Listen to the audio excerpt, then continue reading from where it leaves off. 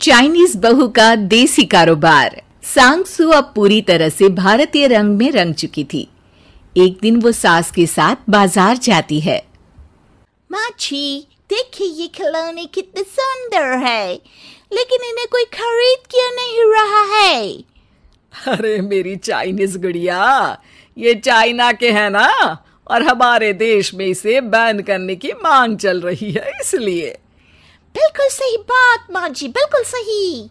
मैं तो कहती हूँ हमें चाइना को पूरी तरह से बायकॉट ही कर देना चाहिए, लेकिन हमारे देश के बच्चे कैसे खेलेंगे? अरे खेलने को तो बहुत कुछ है, लेकिन बच्चों को मोबाइल से फुर्सत मिले तब ना। माँ जी, मुझे एक आइडिया आया है। क्यों ना हम देश की मिट्टी, लकड़ी और रस्सी से पारंपरिक खिलौने बनाकर बाजार में बेचे, काफी बिकेंगे। बच्चों के लिए मनोरंजन और हमारे लिए कमाई ही कमाई। सास को भी सांगसू का आइडिया अच्छा लगता है। ये देखिए सासू माँ, काठ की गुड़िया, और ये देखिए रस्सी की छोटी सी चारपाई, कितनी सुंदर है ना?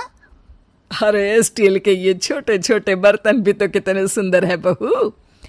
मैं अभी बाजार जाके देखती हूँ कि इन खिलौने के लिए लोगों का क्या रिस्पॉन्स है। सांगसू खिलौने लेकर बाजार जाती है और शाम को लौटती है तो अरे सासू माँ, सासू माँ!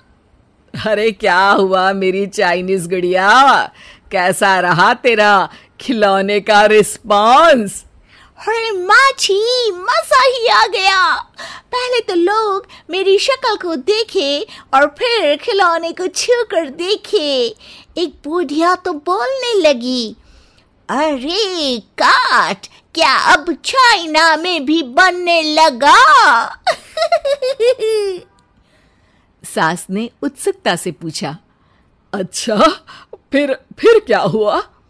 अरे माँ, फिर तो लोगों ने हाथों हाथ लिया मेरे खिलौने को, कहने लगे पहली बार चाइना को मेड इन इंडिया सामान बेचते देखा है। फिर सास बहू हंसने लगते हैं। दोनों का काम जोरों से चलता है, लेकिन एक दिन सांगसू दुखी बैठी होती है। अरे मेरी चाइनीज गुड़िया, क्या हुआ? क्यों नाराज सी दिख रही है बेटा? माँ जी, मैं चाहती हूँ कि जैसे चाइना के खिलौनों के लिए हमारे देश के बच्चे कभी भागा करते थे, वैसे ही चाइना के बच्चे हमारे भारत के खिलौने खरीदे। अरे तो क्या मुश्किल है, तेरे जो अपने रिश्तेदार रहते हैं ना चाइना में, उन्हें फोन कर, मेल में खिलौने की डिजाइन और डिस्क्रिप्शन डाल दे, पसंद आने पर ऑर्डर मिलेगा तो उसे प्लेस कर दे, है ना सिंपल? सांगसू सास की तरफ हैरानी से देखती है। माँ, सच में भारतीय लोग बहुत ही टैलेंटेड होते हैं। बस फिर क्या था, सांगसू अपने रिश्तेदारों को फोन लगाती है और सास को सारी बात बताती है। अगले दिन, माँ, मुझे चाइना के लिए खिलौने के ऑर्डर आ रहे हैं, लेकिन मुझे डर है कि क्या वहाँ के लोगों को हमारे खिलौने पसंद आएंगे। अरे तू बनवा कर भेज तो, कैसे पसंद नहीं आएंगे? नकली फूलों से सुगंध लेने वालों के सामने ताजे फूल आएंगे तो पूरा का पूरा चाइना महक जाएगा, देख लेना। सांगसू ऑर्डर मिलने के बाद लग जाती है खिलौने बनवाने में और उसे एक्सपोर्ट करने में। सांगसू का पति कहता है, अरे सांगसू, तुम्हारे नाम से ये लेटर आया है, देखो जरा क्या है। सांगसू लेटर खोलती है और लेटर पढ़कर खुशी से उछल पड़ती है। वो सास को गले लग जाती है। माँ जी, चाइना की सरकार का लेटर आया है। उन लोगों को हमारे देश से बड़ी तादाद में खिलौनों की जरूरत है। वो चाहते हैं कि हम उनके साथ एक करार साइन कर ले, जिसके बाद वो लोग लगातार हमारे देश से ही खिलौने लेंगे। अरे ना ना बहू, ऐसा कोई करार साइन ना करना। अरे पता नहीं क्या क्या छुपी शर्तें रख ले।